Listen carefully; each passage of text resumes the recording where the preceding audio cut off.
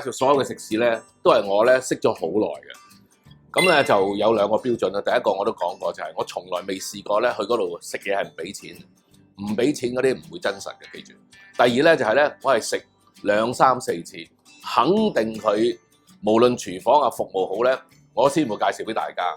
咁今日呢間咧就係香港一間我覺得係最頂級嘅順德河鮮嘅酒家。點解係頂級咧？因為咧喺20幾年之前，大概20年之前啦，咁啊我又係四圍碌去揾嘢食啦，咁啊行過惠澄街，哇！見到坐到爆晒，好興冚。咁咧就出邊有2個魚缸咧，哇！好多魚，嗰啲魚我係完全好多係未見過噶，一睇就知道咧，真係唔係好簡單啦。咁啊，後尾我就問下個經理啊，喂，咩魚嚟㗎？呢啲就係喺順德嚟嘅野生河鮮，係得我老闆入到嘅啫咁樣。咁我就咁我要試下啦咁樣。咁佢老闆咧叫做陳柏佳，咁咧就係真係順德人，同埋咧佢本身喺順德嗰個網絡好好，亦都係做即係對河鮮係好有認識。咁所以一開就爆。咁但係個問題咧就係佢爆啫。咁但係點樣繼承咧？咁大家都知道，即係如果係爸爸咧，梗係希望啲仔女係或者仔咧係繼承佢嘅業務啦咁。咁啊於是咧就係想氹佢幫手。但係個問題2個仔都對做酒樓係未必有興趣啊嘛。咁其中一個咧就係做髮型師添啊，就坐喺我側邊呢位啦。大家好，冇錯，阿陳仔。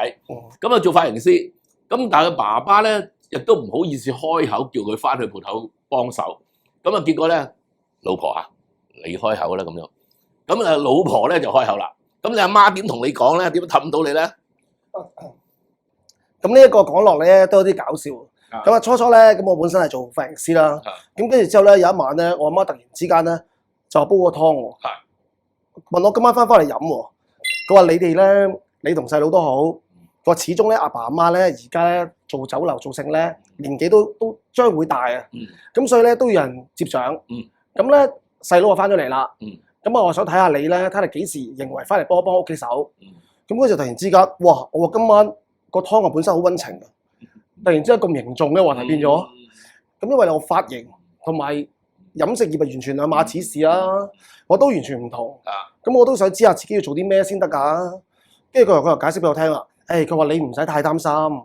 佢話你初翻嚟，我哋唔會俾啲咩難度嘢你嘅。當然嗱，到時咧你主要嘅工作就係着套西裝，同嗰啲咧貨商啊傾下偈，跟住之後咧就聯絡下。突然之間咧，我個腦海咧浮現咗個 picture， 叮一聲就揸住嗰啲中環人咁啊，紅酒杯，傾下嗰啲未來大計咁樣。跟住就話又好似幾好喎。咁啊結果咧，咁我翻去試下啦。到真係翻工嗰日，着晒西裝，套西裝我都專登訂做啊。跟住之後咧，一入門口就見到我老豆。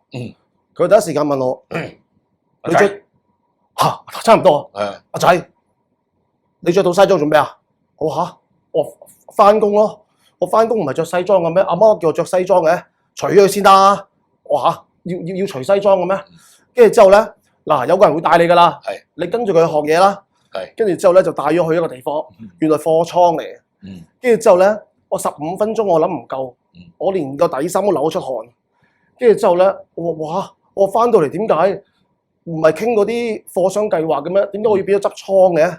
咁好啦，早2日之後咧，成個心情咧完全唔同。跟住之後咧，我老豆就突然之間走嚟關心我。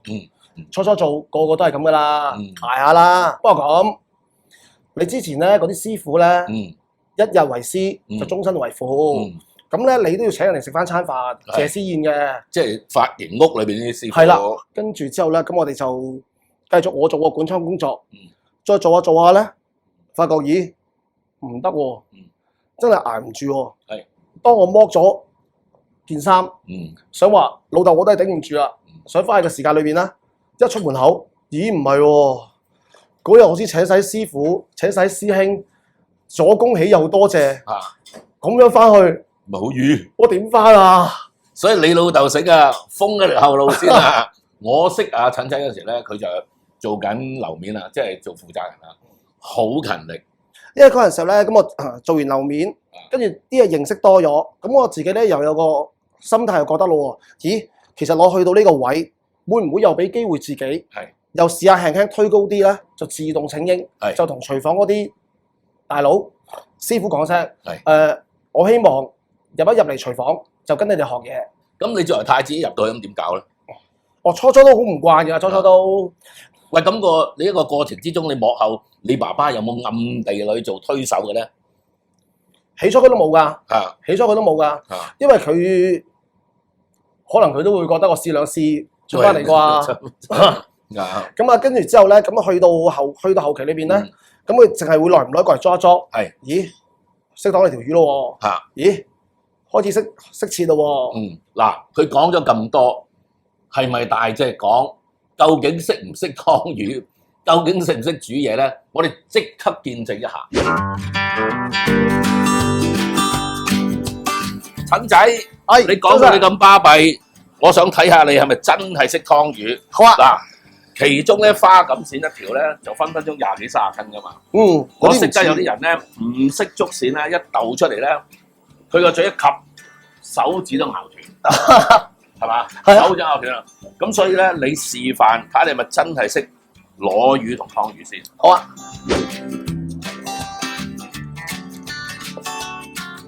因為花錦鱔咧，同潮州嗰啲獅頭鱷一樣，佢最珍貴就係個頭，要嚟咧穿公白紙。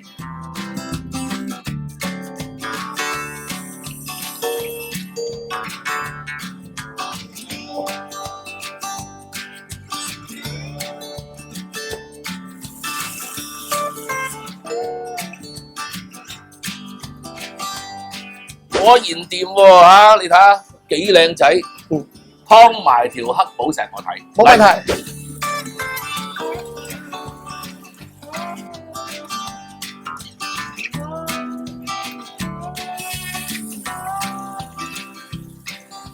哇，真係幾香喎！唔好講笑，最好嘅海鮮或者河鮮，應該係狀態最好嗰陣時咧，就蒸佢，啲味就應該係最好嘅，因為鮮啊嘛。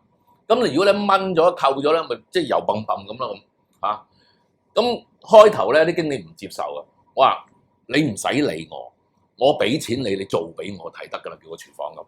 我話我要厚切嚇，啲腩同我用紫薑同埋最靚嘅腩角蒸俾我食咁。一蒸出嚟咧，哇果然正，因為個花錦鱔嗰層皮咧係好厚嘅，好厚嘅，一咬落去咧。即係如果你係蒸嘅話咧，就唔係同炆嘅，係彈牙，有咬口，有嚼頭嘅，即係叫做嚇。咁所以咧係好好食。咁加上呢啲紫薑同埋咧，即係嗰個腩角咧，啲味道係唔同。咁自此之後咧，我帶親人嚟食，都叫俾佢哋食。另外一個咧就係佢哋介紹噶啦，因為我唔係好熟有幾多順德嘅河魚。咁啊早3個月之前咧，我帶朋友嚟食。咁啊，你信我啊！今晚試一條黑寶石啊！咁我喂寶石魚食過好多啊，冇乜特別啫。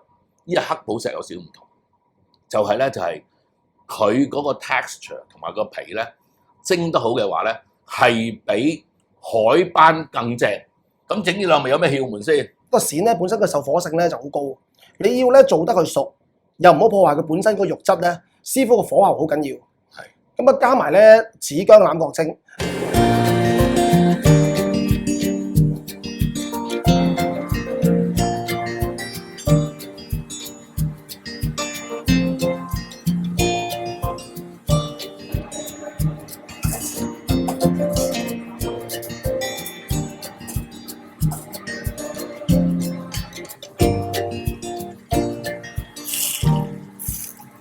嗱咁其實咧，我哋望都望到咧，我今次係用咗2隻薑，一種咧就係一條狀呢一種咧紫薑，紫薑嚟喎呢啲係真係紫薑啦，係啦，同埋咧，正等於我頭先學以致用啦。做完髮型師之後咧，就識咗少少顏色配搭，就加呢隻紅色嘅紫薑。好呢味，呢一個咧就叫淡水嘅黑寶石魚。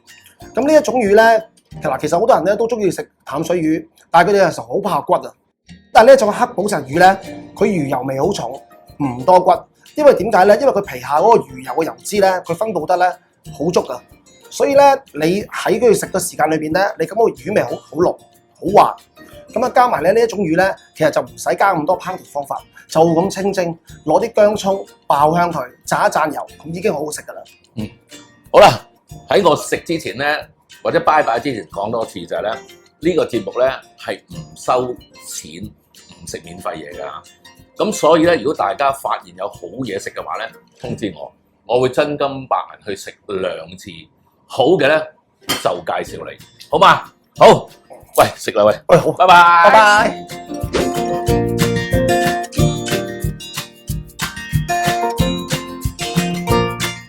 去到片尾呢度，用1分鐘時間做一個好重要嘅邀請啦。要做到快樂退休，其中最重要嘅元素就係要有被動收入，達到財務自由。